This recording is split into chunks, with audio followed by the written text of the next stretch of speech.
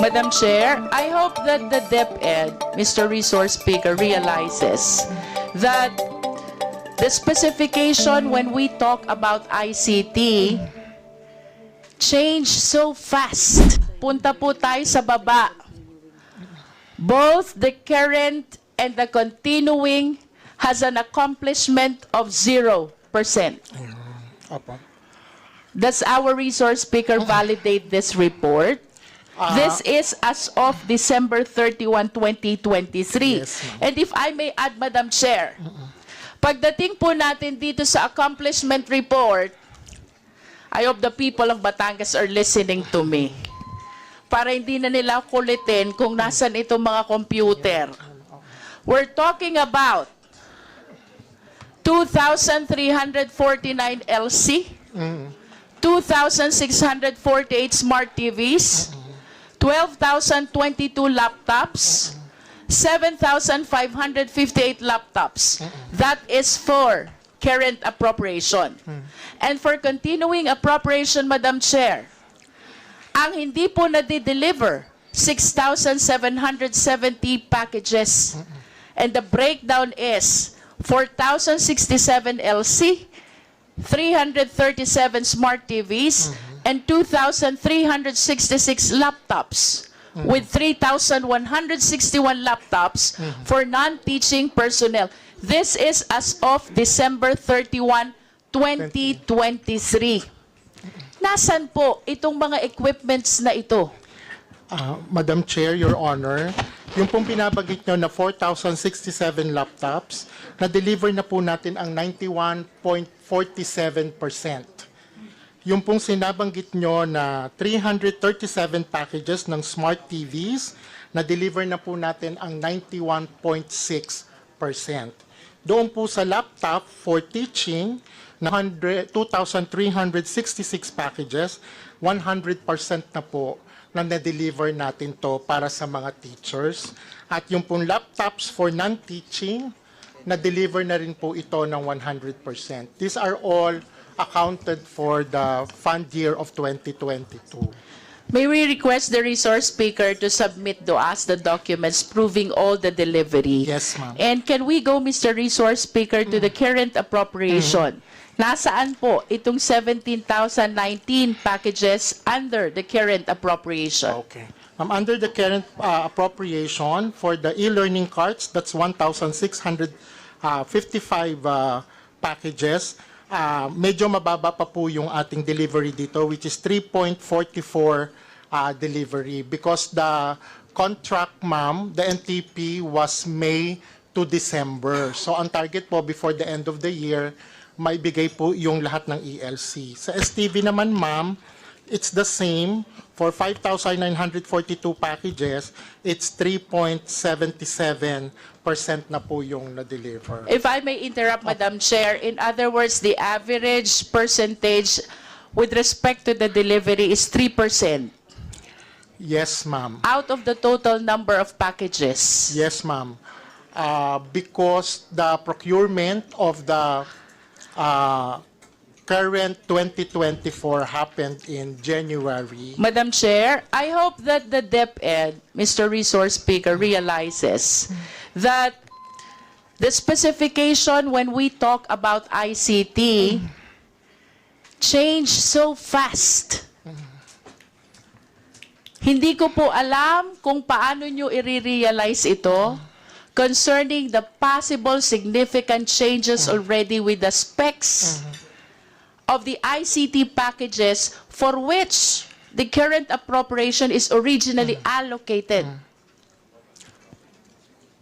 Thank you very much for that very good observation.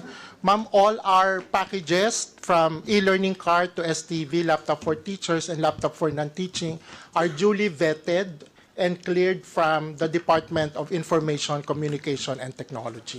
So nagsasubmit po kami sa kanila ng tech specs, including that of the 2023, and they gave us the corresponding clearance. What causes the delay? Ma'am, Or should I say, who causes the delay?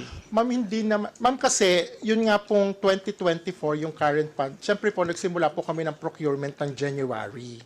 No, So, this is 2023 budget. the 2023 budget, Ma'am, Current appropriation pertains to 2023 current appropriation. yes, ma'am.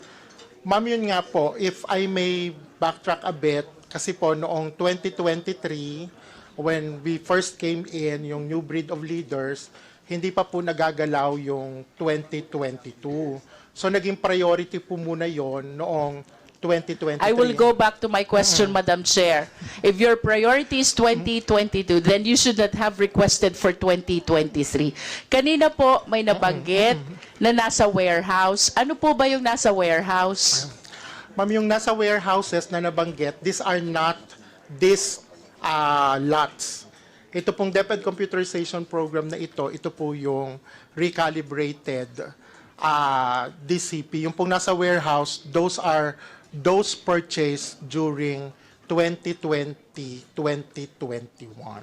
2020, 2021. Yes, ma'am. Ito pong 2022, ito yung 2023, ito po yung dinideliver pa lang ngayong 2024. Yes, ma'am. Madam Chair, I just wish to manifest my frustration about the significant delay in the proper bidding, procurement, and delivery of all this ICT equipments. Ito po'y kailangan ng ating mga public schools. As a matter of fact, I wish to believe na ito po ang dahilan kung bakit ang Philippine education ay nasa bottom ng ranking ng PISA. Mayroon naman po tayong budget. Why don't we act promptly? So we address this problem in the Department of Education. Thank you very much, Your Honor, for that observation validating the need of technology for schools. Ma'am, kaya po ngayon, doon po sa hinihingi namin na 2025, we have started already the early procurement activities. Para po ngayon this year, meron na pong NEP level, sinimulan na po namin yung EPA activities para nga pagdating ng 2025, mabili ka Madam agad Chair, I at wish to go ma-deliver. back to my question. What caused the delay in the procurement for 2023? Because I do not consider as a valid excuse na priority nyo at 2022. Please give me a valid reason. Well, some of the reasons na nilagay din po namin, number one, we have to, since bago yung leadership, we have to recalibrate. Kasi ma'am, dati e-classroom Sean, so we have to really do an extensive onboarding of all the strands, all the people on the ground. Ano ba talaga yung kailangan? Magbibigay ba tayo ng computer laboratory? And a whole other... Ibig sabihin, Mr. Resource Speaker, while you are doing all this procurement, you have not made up your mind as to the specification of the ICT that you are procuring. That is a manifestation, Madam Chair. I acknowledge that my time ended already. Thank you. Thank you very much, ma'am. Thank you very much, Representative Luistro. Since there are no other members from the minority who wish to ask question, let's proceed to the rest of the members of the majority for the interpellation. Next to ask question is Representative Mix Nograles. Not around. The chair now recognizes Vice Chairperson Representative Zia Alonto Adjong. Thank you, Madam Chair. Bismillahirrahmanirrahim. Assalamualaikum warahmatullahi ta'ala wa barakatuh. Magandang umaga po sa ating DepEd family. Let me just associate myself, Madam Chair, to the opening remarks of our sponsor when she describes our current weather status with the entry of our Secretary, Sani Angara. Well, it makes the Beatles song a little bit relevant today. Mr. Chair, Madam Chair, I was listening to the manifestation of our good friend and a veteran legislator from Cagayan de Oro City, Congressman Rufus Rodriguez, when he also mentioned about one of my favorite Western philosophers, the father of modern philosophy, René Descartes, cogito ergo sum. I think therefore, the reason why I'm saying this, Madam Chair, because it has, though Descartes is a Protestant, but it has a religious symbolism to that statement, cogito ergo sum. As our secretary would know, the first surah chapter in the Quran which was revealed to our Prophet Muhammad sallallahu alaihi wasallam was Suratul Alaq. In English, it means daybreak or dawn. So it represents the emergence of the wisdom and the knowledge that the person needs to acquire. And the first line that was revealed to our Prophet was Iqra. In Arabic, Iqra, it means read. Read. And the succeeding lines, read in the name of thy Lord, who created man from a single clot of blood, who teaches man what he knows not. So, in response to Congressman Rufus' manifestation earlier, the reason why it is innate for every one of us to seek knowledge is because we are trying to get closer to the source of knowledge, which is God. So I'd just like to ask a question. I don't know which of the undersecretaries would I be directing this question, because I came from a Muslim community, a minority Muslim community. Sometimes these communities are outside of, outside of the reach of the central offices, in this case, DepEd. So I'm more particular about how the DepEd would really push on to include all the marginalized communities, especially those who are in the far-flung areas, and those, especially communities that have been affected by either man-made or natural calamities. So I'm more interested in the program, yung tinatawag po nating Last Mile Schools program, Madam Chair. So before I ask the question to whichever is appropriate undersecretaries to help me understand further, enlighten me as to the status of this program, I'd just like to ask Secretary Angara. I was reading a news article that came out today, this morning, and you were quoted, actually, Madam Chair, Secretary Angara, about your recommendation to review and reassess the processes in terms of, I guess, the procuring of procurement processes, and to reevaluate the existing